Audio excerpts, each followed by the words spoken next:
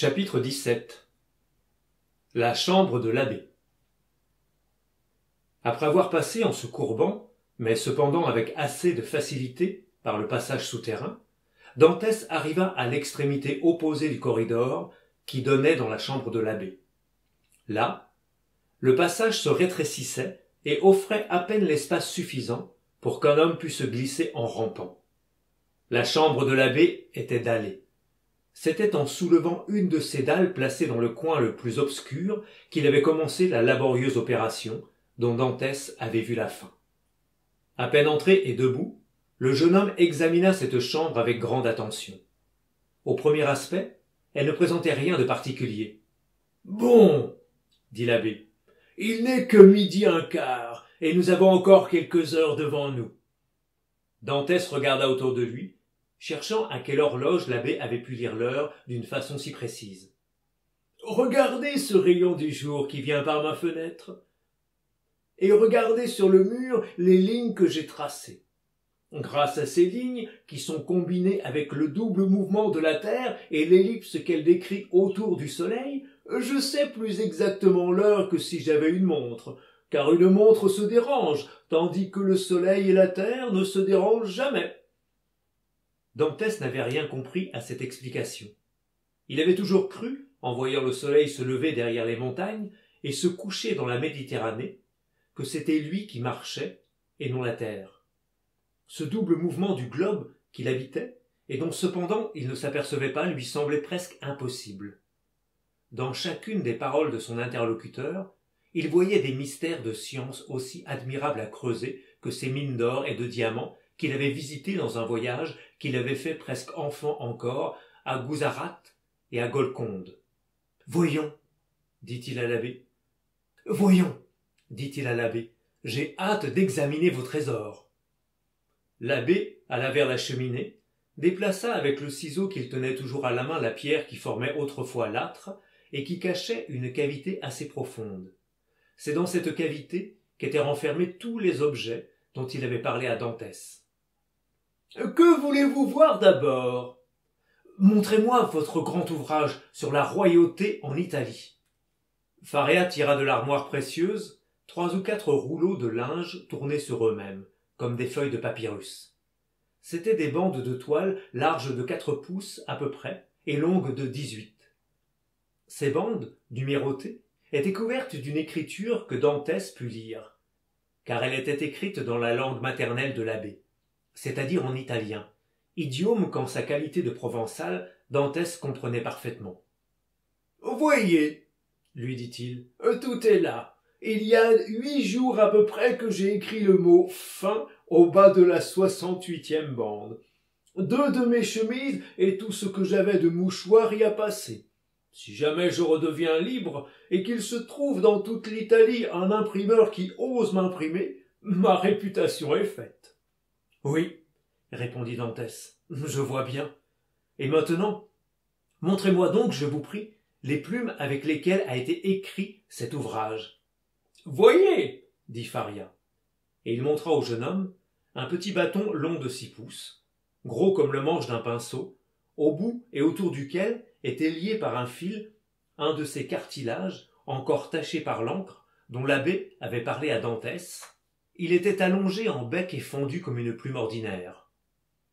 Dantès l'examina, cherchant des yeux l'instrument avec lequel il avait pu être taillé d'une façon si correcte. « Ah oui, dit Faria, le canif, n'est-ce pas?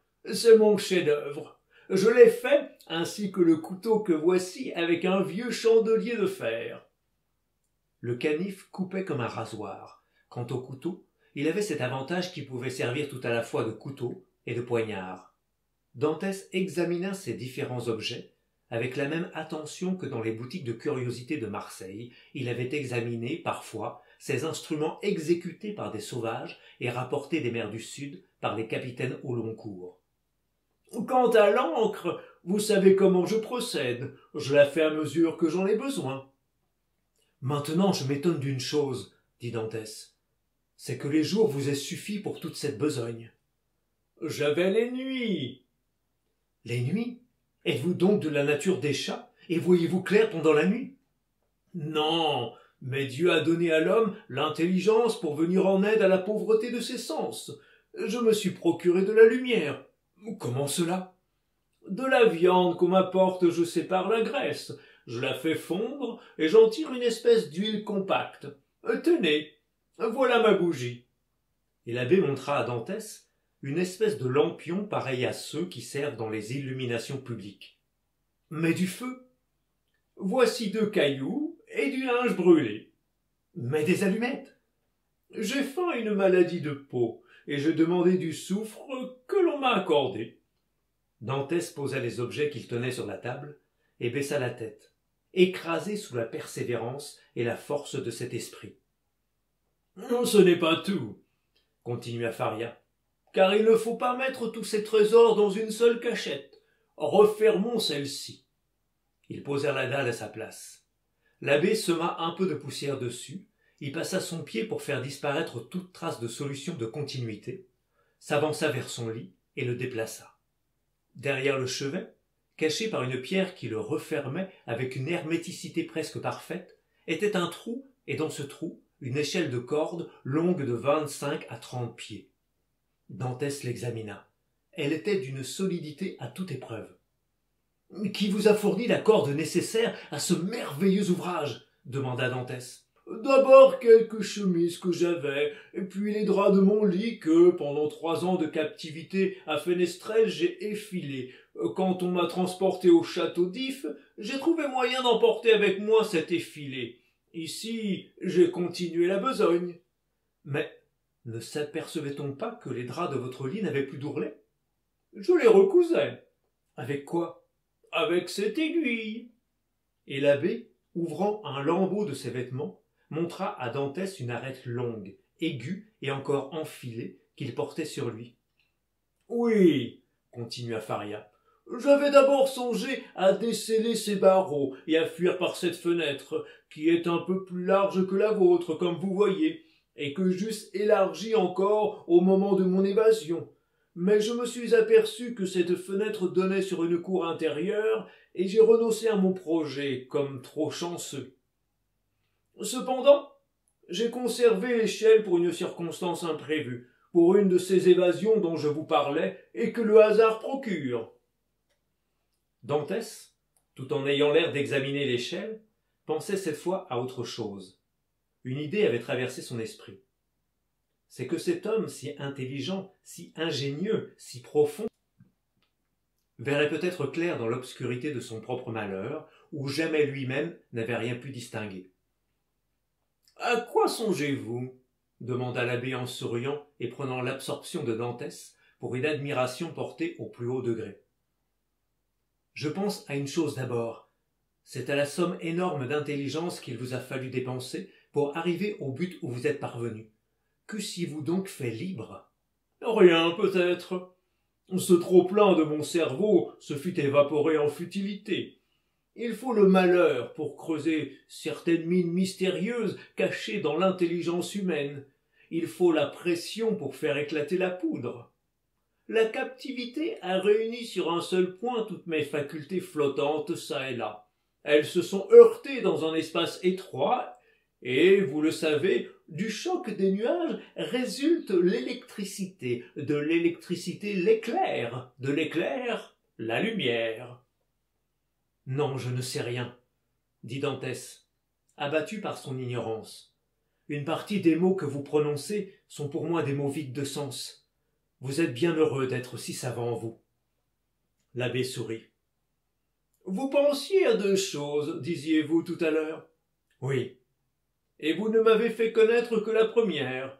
Quelle est la seconde ? » ?»« La seconde est que vous m'avez raconté votre vie, et que vous ne connaissez pas la mienne. » »« Votre vie, jeune homme, est bien courte pour renfermer des événements de quelque importance. » »« Elle renferme un immense malheur, un malheur que je n'ai pas mérité, et je voudrais, pour ne plus blasphémer Dieu comme je l'ai fait quelquefois, pouvoir m'en prendre aux hommes de mon malheur. » »« Alors vous vous prétendez innocent du fait qu'on vous impute ? » ?»« Complètement innocent, sur la tête des 2 seules personnes qui me sont chères, sur la tête de mon père et de Mercédès. »« Voyons, » dit l'abbé, en refermant sa cachette et en repoussant son lit à sa place. « Racontez-moi donc votre histoire. » Dantès alors raconta ce qu'il appelait son histoire, et qui se bornait à un voyage dans l'Inde et à 2 ou 3 voyages dans le Levant.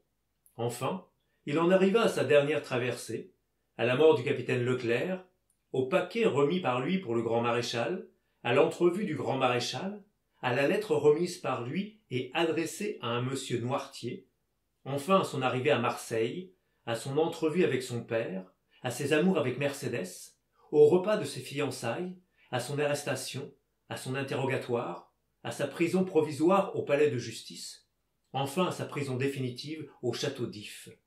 Arrivé là, Dantès ne savait plus rien, pas même le temps qu'il y était resté prisonnier.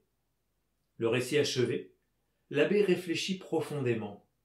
« Il y a, dit-il au bout d'un instant, un axiome de droit d'une grande profondeur et qui en revient à ce que je vous disais tout à l'heure. C'est qu'à moins que la pensée mauvaise ne naisse avec une organisation faussée, la nature humaine répugne au crime. Cependant, la civilisation nous a donné des besoins, des vices, des appétits factices qui ont parfois l'influence de nous faire étouffer nos bons instincts et qui nous conduisent au mal. De là cette maxime. Si vous voulez découvrir le coupable, cherchez d'abord celui à qui le crime commis peut être utile. À qui votre disparition pouvait-elle être utile? À personne, mon Dieu. J'étais si peu de choses. Ne répondez pas ainsi, car la réponse manque à la fois de logique et de philosophie. Tout est relatif, mon cher ami, depuis le roi qui gêne son futur successeur jusqu'à l'employé qui gêne le surnuméraire. Si le roi meurt, le successeur hérite d'une couronne. Si l'employé meurt, le surnuméraire hérite de 1200 livres d'appointement. Ces 1200 livres d'appointement, c'est sa liste civile à lui. Ils lui sont aussi nécessaires pour vivre que les 12 millions d'un roi. Chaque individu, depuis le plus bas jusqu'au plus haut degré de l'échelle sociale, groupe autour de lui tout un petit monde d'intérêts, ayant ses tourbillons et ses atomes crochus, comme les mondes de Descartes. Seulement, ces mondes vont toujours s'élargissant à mesure qu'ils montent. C'est une spirale renversée et qui se tient sur la pointe par un jeu d'équilibre. Revenons-en donc à votre monde à vous. Vous alliez être nommé capitaine du Pharaon. Oui. Vous alliez épouser une belle jeune fille. Oui. Quelqu'un avait-il intérêt à ce que vous ne devinssiez pas capitaine du Pharaon? Quelqu'un avait-il intérêt à ce que vous n'épousassiez pas Mercédès? Répondez d'abord à la première question. L'ordre est la clé de tous les problèmes. Quelqu'un avait-il intérêt à ce que vous ne devinssiez pas capitaine du Pharaon? Non. J'étais fort aimé à bord. Si les matelots avaient pu élire un chef, je suis sûr qu'ils m'eussent élu. Un seul homme avait quelque motif de m'en vouloir. J'avais eu quelque temps auparavant une querelle avec lui, et je lui avais proposé un duel qu'il avait refusé. Allons donc. Cet homme, comment se nommait-il? Danglars. Qu'était-il à bord? Agent comptable. Si vous fussiez devenu capitaine, l'eussiez-vous conservé dans son poste? Non, si la chose eût dépendu de moi, car j'avais cru remarquer quelque infidélité dans ses comptes. Bien. Maintenant, quelqu'un a-t-il assisté à votre dernier entretien avec le capitaine Leclerc? Non, nous étions seuls. Quelqu'un a-t-il pu entendre votre conversation? Oui, car la porte était ouverte et même... Attendez. Oui. Danglars est passé juste au moment où le capitaine Leclerc me remettait le paquet destiné au grand maréchal. Bon, fit l'abbé, nous sommes sur la voie.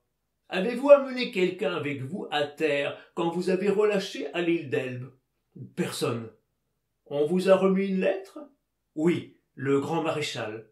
Cette lettre, qu'en avez-vous fait? Je l'ai mise dans mon portefeuille. Vous aviez donc votre portefeuille sur vous?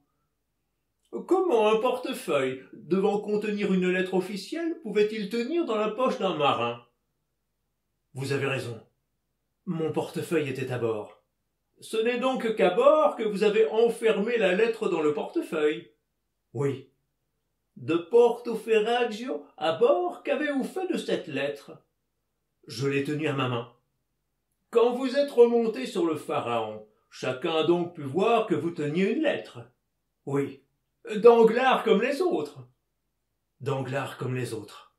Maintenant, écoutez bien. Réunissez tous vos souvenirs. Vous rappelez-vous dans quels termes était rédigée la dénonciation? Oh oui, je l'ai relue 3 fois, et chaque parole en est restée dans ma mémoire. Répétez-la moi. Dantès se recueillit un instant. La voici, textuellement. Monsieur le procureur du roi est prévenu par un ami du trône et de la religion que le nommé Edmond Dantès, second du navire le Pharaon, arrivé ce matin de Smyrne, après avoir touché à Naples et à Porto Ferraggio, a été chargé par Murat d'un paquet pour l'usurpateur et par l'usurpateur d'une lettre pour le comité bonapartiste de Paris. On aura la preuve de son crime en l'arrêtant, car on trouvera cette lettre ou sur lui, ou chez son père, ou dans sa cabine à bord du Pharaon. L'abbé haussa les épaules. C'est clair comme le jour, et il faut que vous ayez eu le cœur bien naïf et bien bon pour n'avoir pas deviné la chose tout d'abord. Vous croyez? Ah, ce serait bien infâme. Quelle était l'écriture ordinaire de Danglars? Une belle cursive. Quelle était l'écriture de la lettre anonyme? Une écriture renversée. L'abbé sourit. Contrefaite, n'est-ce pas? Bien hardi pour être contrefaite. Attendez. Il prit sa plume, ou plutôt ce qu'il appelait ainsi, la trempa dans l'encre, et écrivit, de la main gauche, sur un linge préparé à cet effet, les 2 ou 3 premières lignes de la dénonciation. Dantès recula et regarda presque avec terreur l'abbé. Oh, c'est étonnant. Comme cette écriture ressemblait à celle-ci. C'est que la dénonciation avait été écrite de la main gauche. J'ai observé une chose. Laquelle? C'est que toutes les écritures tracées de la main droite sont variées, et que toutes les écritures tracées de la main gauche se ressemblent. Vous avez donc tout vu, tout observé? Continuons. Oh oui, oui. Passons à la seconde question. J'écoute. Quelqu'un avait-il intérêt à ce que vous n'épousassiez pas Mercédès? Oui, un jeune homme qui l'aimait. Son nom? Fernand. C'est un nom espagnol. Il était catalan. Croyez-vous que celui-ci était capable d'écrire la lettre? Non. Celui-ci m'eût donné un coup de couteau, voilà tout. Oui, c'est dans la nature espagnole. Un assassinat, oui. Une lâcheté, non. D'ailleurs, continua Dantès, il ignorait tous les détails consignés dans la dénonciation. Vous ne les aviez donnés à personne? À personne. Pas même à votre maîtresse? Pas même ma fiancée. C'est Danglars. Oh, maintenant j'en suis sûr. Attendez. Danglars connaissait-il Fernand? Non. Si. Je me rappelle. Quoi? La surveille de mon mariage, je les ai vus attablés ensemble sous la tonnelle du père Pamphile. Danglars était amical et railleur. Fernand était pâle et troublé. Et ils étaient seuls? Non. Ils avaient avec eux un 3e compagnon, bien connu de moi, qui sans doute leur avait fait faire connaissance, un tailleur nommé Caderousse. Mais celui-ci était déjà ivre. Attendez, attendez. Comment ne me suis-je pas rappelé cela? Près de la table où il buvait était un encrier, du papier, des plumes. Dantès porta la main à son front. Oh, les infâmes, les infâmes! Voulez-vous encore savoir autre chose? Dit l'abbé en riant. Oui, oui, puisque vous approfondissez tout, puisque vous voyez clair en toutes choses, je veux savoir pourquoi je n'ai été interrogé qu'une fois, pourquoi on ne m'a pas donné de juge, et comment je suis condamné sans arrêt. Oh, ceci, c'est un peu plus grave. La justice a des allures sombres et mystérieuses qu'il est difficile de pénétrer. Ce que nous avons fait jusqu'ici pour vos 2 ennemis était un jeu d'enfant. Il va falloir, sur ce sujet, me donner les indications les plus précises. Voyons, interrogez-moi, car en vérité, vous voyez plus clair dans ma vie que moi-même. Qui vous a interrogé? Est-ce le procureur du roi, le substitut, le juge d'instruction? C'était le substitut. Jeune ou vieux? Jeune, 27 ou 28 ans. Bien. Pas corrompu encore, mais ambitieux déjà. Quelles furent ses manières avec vous? Douce plutôt que sévère. Lui avez-vous tout raconté? Tout. Et ses manières ont-elles changé dans le courant de l'interrogatoire? Un instant, elles ont été altérées lorsqu'il eut lu la lettre qui me compromettait. Il parut comme accablé de mon malheur. De votre malheur? Oui. Et vous êtes bien sûr que c'était votre malheur qu'il plaignait? Il m'a donné une grande preuve de sa sympathie, du moins. Laquelle? Il a brûlé la seule pièce qui pouvait me compromettre. Laquelle? La dénonciation? Non, la lettre. Vous en êtes sûr? Cela s'est passé devant moi. C'est autre chose. Cet homme pourrait être un plus profond scélérat que vous ne croyez. Vous me faites frissonner, sur mon honneur. Le monde est-il donc peuplé de tigres et de crocodiles? Oui. Seulement, les tigres et les crocodiles à 2 pieds sont plus dangereux que les autres. Continuons, continuons. Volontiers. Il a brûlé la lettre, dites-vous? Oui, en me disant « Vous voyez, il n'existe que cette preuve-là contre vous, et je l'anéantis. » Cette conduite est trop sublime pour être naturelle. Vous croyez? J'en suis sûr. À qui cette lettre était-elle adressée? À monsieur Noirtier, rue Coq-Héron, numéro 13, à Paris. Pouvez-vous présumer que votre substitut eut quelque intérêt à ce que cette lettre disparût? Peut-être, car il m'a fait promettre 2 ou 3 fois, dans mon intérêt, disait-il, de ne parler à personne de cette lettre, et il m'a fait jurer de ne pas prononcer le nom qui était inscrit sur l'adresse. Noirtier. Noirtier. J'ai connu un Noirtier à la cour de l'ancienne reine d'Étrurie, un Noirtier qui avait été girondin dans la Révolution. Comment s'appelle votre substitut à vous? De Villefort. L'abbé éclata de rire. Dantès le regarda avec stupéfaction. Qu'avez-vous? Voyez-vous ce rayon de jour? Oui.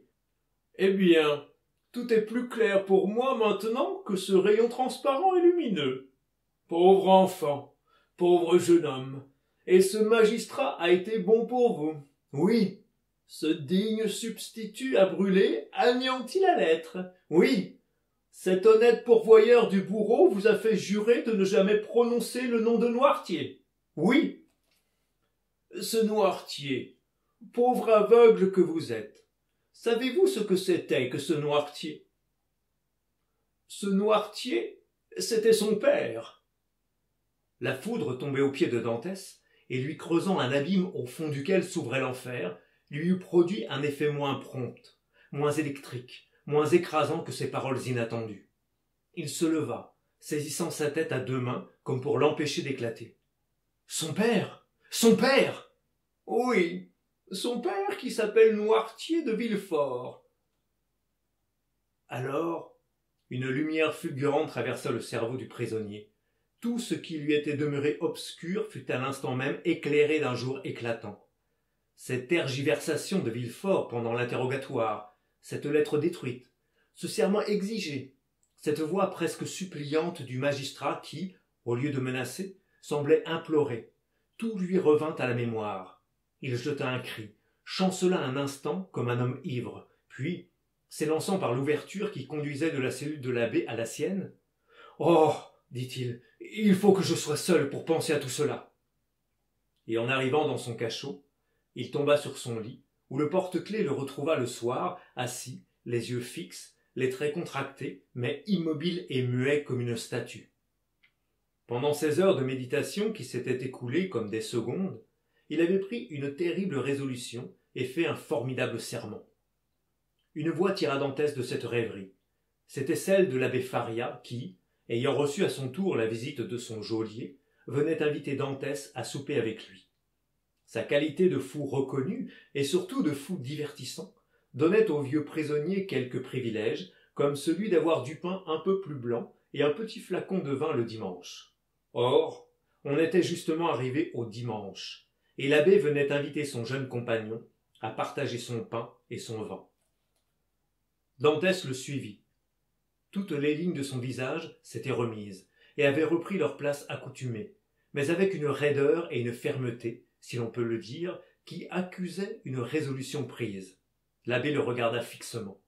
« Je suis fâché de vous avoir aidé dans vos recherches et de vous avoir dit ce que je vous ai dit. » « Pourquoi cela ?»« Parce que je vous ai infiltré dans le cœur un sentiment qui n'y était point, la vengeance. » Dantès sourit. « Parlons d'autre chose, dit-il. » L'abbé le regarda encore un instant et hocha tristement la tête. Puis, comme l'en avait prié Dantès, il parla d'autre chose.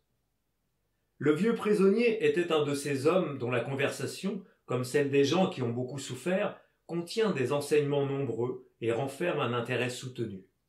Mais elle n'était pas égoïste, et ce malheureux ne parlait jamais de ses malheurs. Dantès écoutait chacune de ses paroles avec admiration. Les unes correspondaient à des idées qu'il avait déjà, et à des connaissances qui étaient du ressort de son état de marin. Les autres touchaient à des choses inconnues et, comme ces aurores boréales qui éclairent les navigateurs dans les latitudes australes, montraient au jeune homme des paysages et des horizons nouveaux, illuminés de lueurs fantastiques. Dantès comprit le bonheur qu'il y aurait pour une organisation intelligente à suivre cet esprit élevé sur les hauteurs morales, philosophiques ou sociales sur lesquelles il avait l'habitude de se jouer. « Vous devriez m'apprendre un peu de ce que vous savez, » dit Dantès, « ne fût-ce que pour ne pas vous ennuyer avec moi. Il me semble maintenant que vous devez préférer la solitude à un compagnon sans éducation et sans portée comme moi. Si vous consentez à ce que je vous demande, je m'engage à ne plus vous parler de fuir. » L'abbé sourit. « Hélas, mon enfant, la science humaine est bien bornée, et quand je vous aurai appris les mathématiques, la physique, l'histoire et les 3 ou 4 langues vivantes que je parle, vous saurez ce que je sais. Or, toute cette science, je serai 2 ans à peine à la verser de mon esprit dans la vôtre. » « 2 ans, dit Dantès. Vous croyez que je pourrais apprendre toutes ces choses en 2 ans? Dans leur application, non. Dans leur principe, oui. Apprendre n'est point savoir. Il y a les sachants et les savants. C'est la mémoire qui fait les uns, c'est la philosophie qui fait les autres. Mais ne peut-on apprendre la philosophie? La philosophie ne s'apprend pas. La philosophie est la réunion des sciences acquises au génie qui les applique. La philosophie, c'est le nuage éclatant sur lequel le Christ a posé le pied pour remonter au ciel. Voyons, que m'apprendrez-vous d'abord? J'ai hâte de commencer. J'ai soif de science. Tout, dit l'abbé. En effet, dès le soir, les 2 prisonniers arrêtèrent un plan d'éducation qui commença de s'exécuter le lendemain. Dantès avait une mémoire prodigieuse, une facilité de conception extrême. La disposition mathématique de son esprit le rendait apte à tout comprendre par le calcul, tandis que la poésie du marin corrigeait tout ce que pouvait avoir de trop matériel, la démonstration réduite à la sécheresse des chiffres ou à la rectitude des lignes. Il savait déjà d'ailleurs l'italien et un peu de romaïque, qu'il avait appris dans ses voyages d'Orient. Avec ces 2 langues, il comprit bientôt le mécanisme de toutes les autres, et au bout de 6 mois, il commençait à parler l'espagnol, l'anglais et l'allemand. Comme il l'avait dit à l'abbé Faria, soit que la distraction que lui donnait l'étude lui tint lieu de liberté, soit qu'il fût, comme nous l'avons vu déjà, rigide observateur de sa parole, il ne parlait plus de fuir, et les journées s'écoulaient pour lui rapides et instructives. Au bout d'1 an, c'était un autre homme. Quant à l'abbé Faria, Dantès remarquait que, malgré la distraction que sa présence avait apportée à sa captivité, il s'assombrissait tous les jours. Une pensée incessante et éternelle paraissait assiéger son esprit. Il tombait dans de profondes rêveries, soupirait involontairement, se levait tout à coup, croisait les bras, et se promenait sombre autour de sa prison. Un jour, il s'arrêta tout à coup au milieu d'un de ces cercles 100 fois répétés qu'il décrivait autour de sa chambre, et s'écria « Ah! S'il n'y avait pas de sentinelle !»« Il n'y aura de sentinelle qu'autant que vous le voudrez bien, » dit Dantès, qui avait suivi sa pensée à travers la boîte de son cerveau, comme à travers un cristal. « Ah! Je vous l'ai dit, je répugne à un meurtre. » Et cependant ce meurtre, s'il est commis, le sera par l'instinct de notre conservation, par un sentiment de défense personnelle.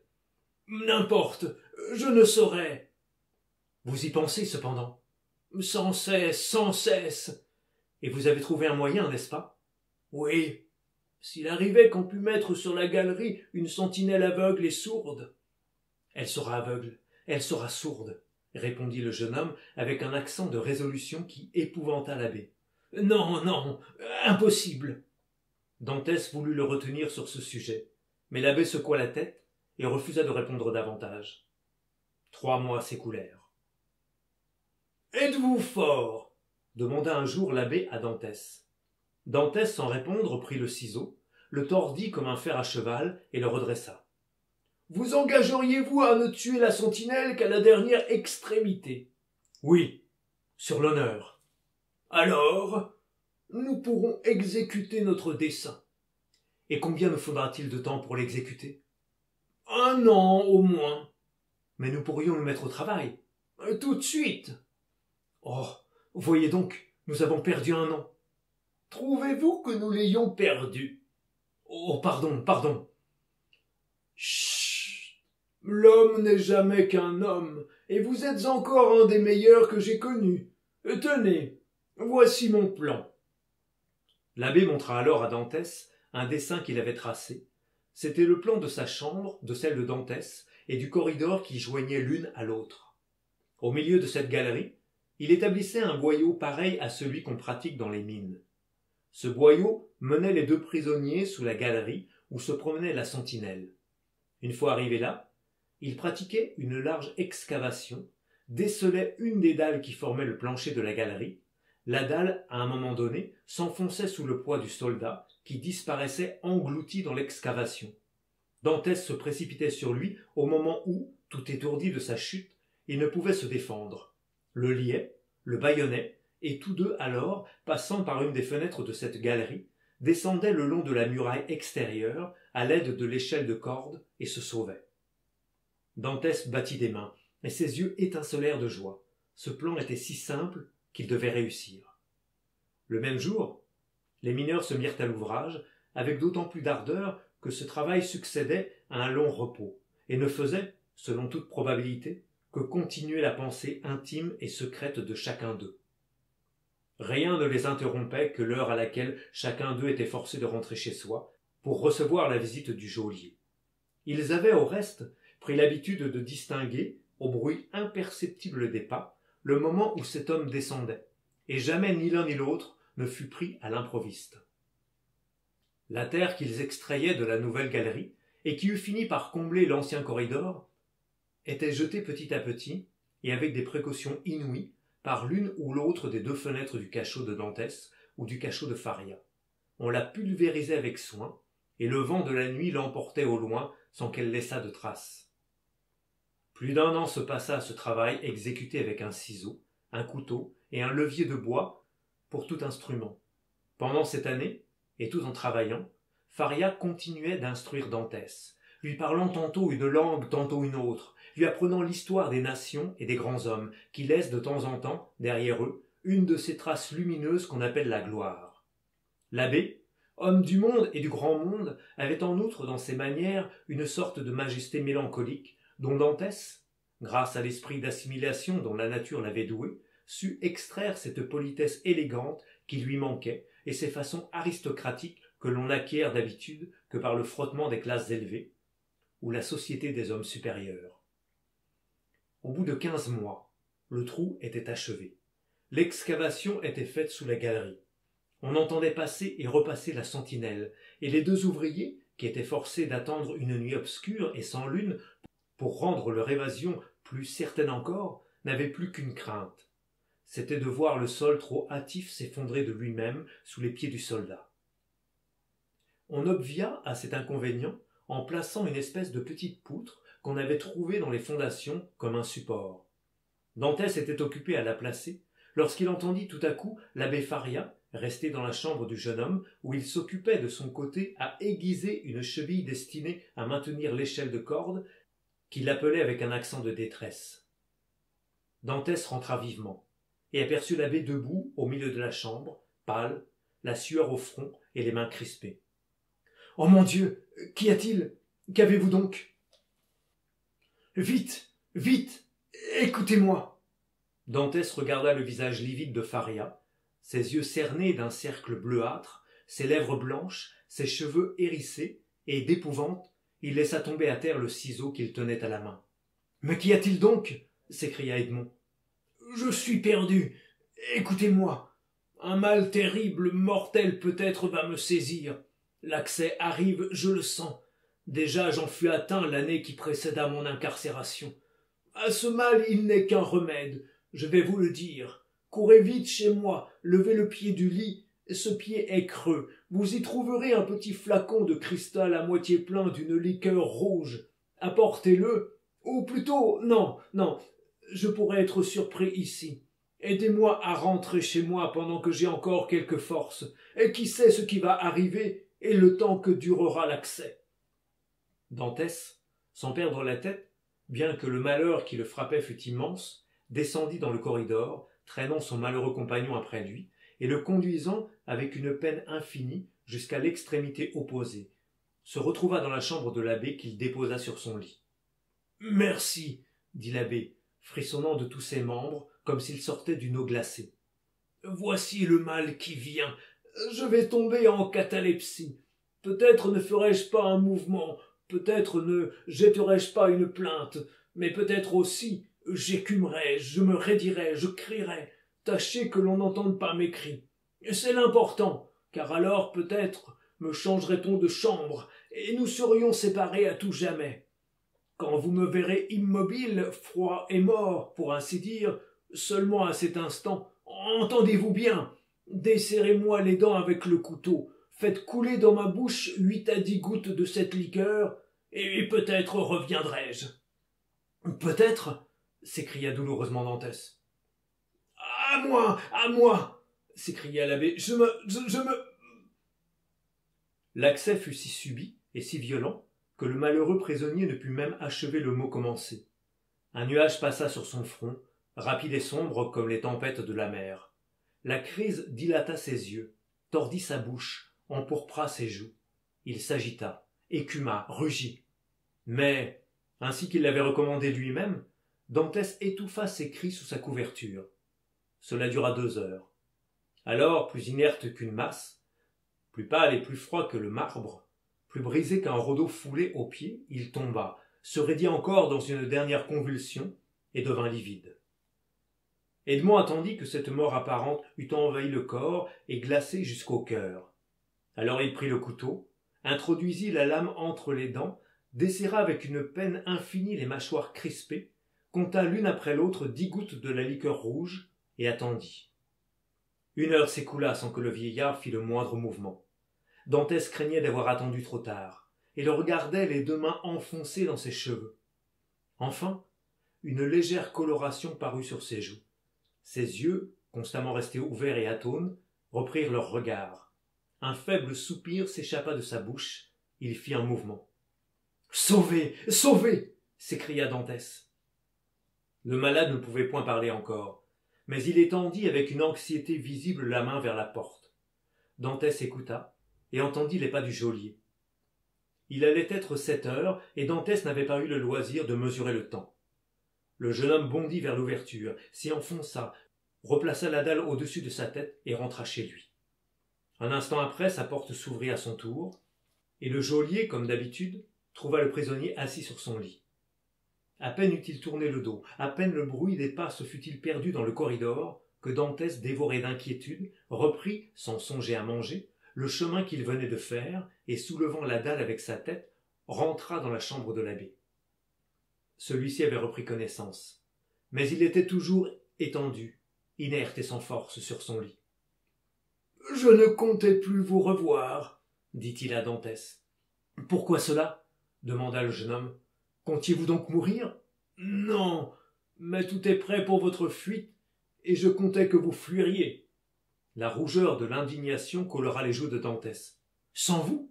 M'avez-vous véritablement cru capable de cela ?»« À présent, je vois que je m'étais trompé. Ah, je suis bien faible, bien brisé, bien anéanti. »« Courage, vos forces reviendront, » dit Dantès, s'asseyant près du lit de Faria et lui prenant les mains. L'abbé secoua la tête. « La dernière fois, L'accès dura une demi-heure, après quoi j'eus faim et me relevai seul. Aujourd'hui, je ne puis remuer ni ma jambe ni mon bras droit. Ma tête est embarrassée, ce qui prouve un épanchement au cerveau. La troisième fois, je resterai paralysé entièrement ou je mourrai sur le coup. Non, non, rassurez-vous, vous ne mourrez pas. Ce troisième accès, s'il vous prend, vous trouvera libre. Nous vous sauverons comme cette fois, et mieux que cette fois, car nous aurons tous les secours nécessaires. Mon ami, ne vous abusez pas. La crise qui vient de se passer m'a condamné à une prison perpétuelle. Pour fuir, il faut pouvoir marcher. Eh bien, nous attendrons 8 jours, 1 mois, 2 mois s'il le faut. Dans cet intervalle, vos forces reviendront. Tout est préparé pour notre fuite, et nous avons la liberté d'en choisir l'heure et le moment. Le jour où vous vous sentirez assez de force pour nager, eh bien, ce jour-là, nous mettrons notre projet à exécution. Je ne nagerai plus. Ce bras est paralysé. Non pas pour un jour, mais à jamais. Soulevez-le, vous-même, et voyez ce qu'il pèse. Le jeune homme souleva le bras qui retomba insensible. Il poussa un soupir. Vous êtes convaincu maintenant, n'est-ce pas? Croyez-moi, je sais ce que je dis. Depuis la première attaque que j'ai eue de ce mal, je n'ai pas cessé d'y réfléchir. Je l'attendais, car c'est un héritage de famille. Mon père est mort à la 3e crise, mon aïeul aussi. Le médecin qui m'a composé cette liqueur, et qui n'est autre que le fameux Cabanis, m'a prédit le même sort. Le médecin se trompe. Quant à votre paralysie, elle ne me gêne pas. Je vous prendrai sur mes épaules et je nagerai en vous soutenant. Enfant, vous êtes marin, vous êtes nageur. Vous devez par conséquent savoir qu'un homme chargé d'un fardeau pareil ne ferait pas 50 brasses dans la mer. Cessez de vous laisser abuser par des chimères dont votre excellent cœur n'est pas même la dupe. Je resterai donc ici jusqu'à ce que sonne l'heure de ma délivrance, qui ne peut plus être maintenant que celle de la mort. Quant à vous, fuyez, partez, vous êtes jeune, adroit et fort, ne vous inquiétez pas de moi, je vous rends votre parole. C'est bien, dit Dantès. Eh bien alors, moi aussi je resterai. Puis se levant et étendant une main solennelle sur le vieillard, par le sang du Christ, je jure de ne vous quitter qu'à votre mort. Faria considéra ce jeune homme si noble, si simple, si élevé, et lut sur ses traits, animés par l'expression du dévouement le plus pur, la sincérité de son affection et la loyauté de son serment. « Allons, dit le malade, j'accepte, merci. » Puis, lui tendant la main, « Vous serez peut-être récompensé de ce dévouement si désintéressé. Mais comme je ne puis et que vous ne voulez pas partir, il importe que nous bouchions le souterrain fait sous la galerie. Le soldat peut découvrir en marchant la sonorité de l'endroit miné, appeler l'attention d'un inspecteur, et alors nous serions découverts et séparés. Allez faire cette besogne, dans laquelle je ne puis plus malheureusement vous aider. Employez-y toute la nuit s'il le faut, et ne revenez que demain matin après la visite du geôlier. J'aurai quelque chose d'important à vous dire. » Dantès prit la main de l'abbé, qui le rassura par un sourire, et sortit avec cette obéissance et ce respect qu'il avait voué à son vieil ami.